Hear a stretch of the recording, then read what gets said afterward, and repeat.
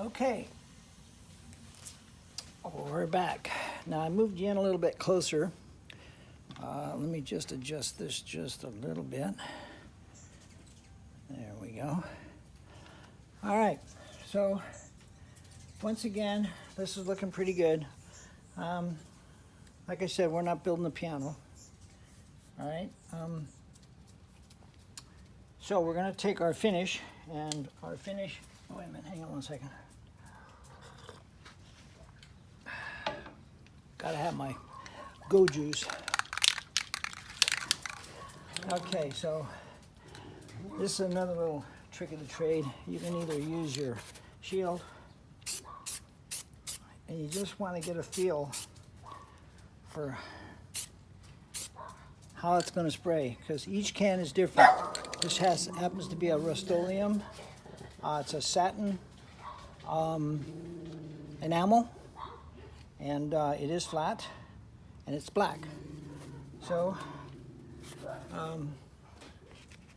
now, I think the camera's picking this up, I hope. Let me just turn it a little bit.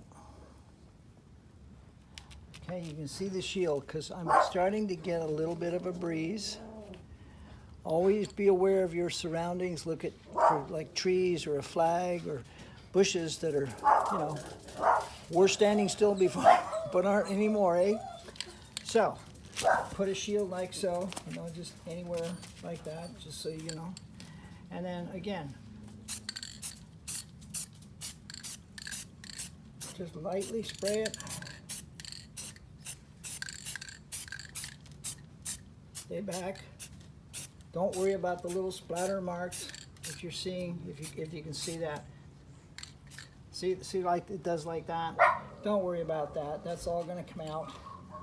Right now, we're simply trying to get some paint on. Okay?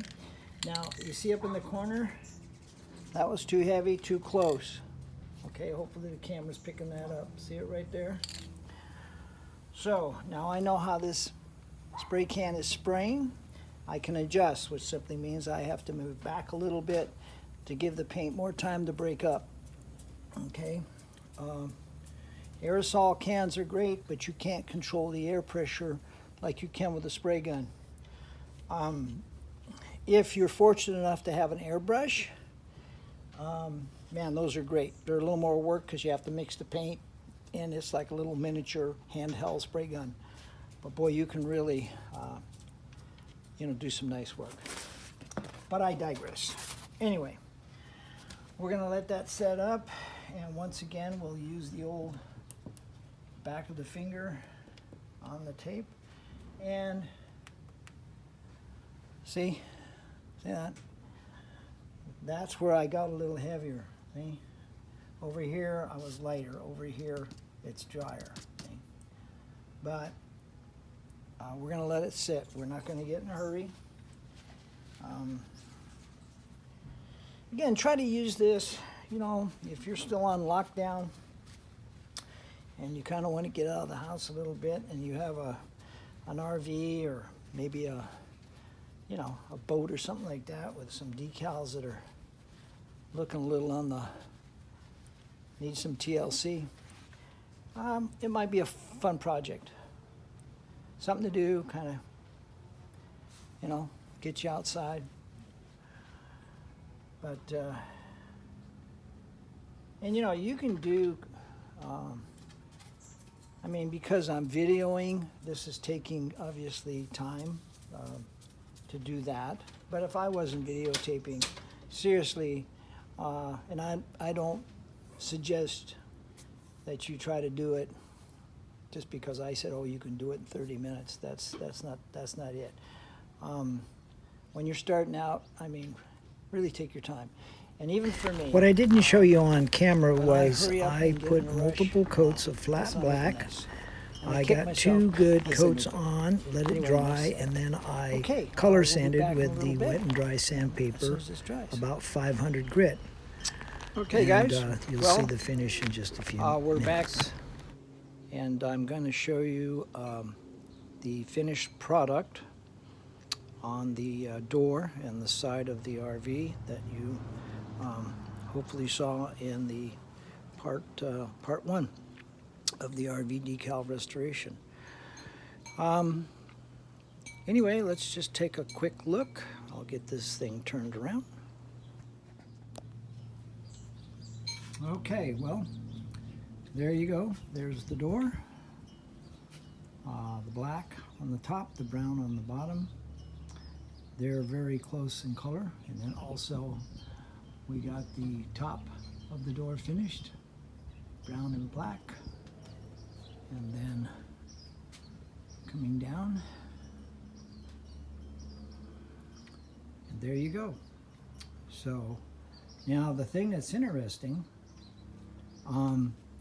this decal right here has been painted over, you know, prepping it, wet sanding, and putting a good primer. And again, just as a reminder, try to get primers that will stick to your plastic, because obviously decals are generally made out of vinyl. Now, what I was going to point you out is this is not done. This one's in good shape still. See, you can see I got a little water here, but it's in good shape. But the door, as you remember, had the divot, so you can see how they just kind of tie together. This is not done. All right. So that kind of gives you an example of saving yourself a lot of money, and I feel like a lot of work, and you end up with something that's looks really good. As they used to say, nobody on a trotting horse is going to notice. Now, since the other day, I've worked on this one here. This is done, and I'm working up here. This is going to go black, and then eventually I will get the bronze paint and do that. So we're coming along, got a few things to do. This one is in good shape, but I do have one up here. I hope the camera's picking it up. Let's see if I can get that up there, get a zooming in on it. There you go. I think you can see those cracks, and that will go black. So, I don't know, maybe another 3 or 4 days and I'll get this all squared up here on this side. But as you can see, I'm not touching the ones that are okay. What's the point?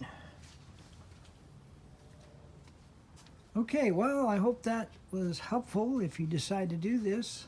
As I said before, just take your time, slow and steady until you get comfortable with it. And we'll see you later.